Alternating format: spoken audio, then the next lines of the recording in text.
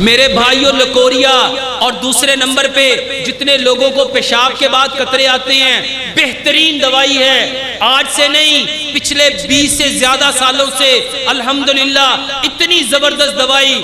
आप एक बार अगर किसी बहन को लकोरिया है, किसी भाई को पेशाब के बाद कतरे आते हैं, 4 चीजें इसकी दवाई बनाओ।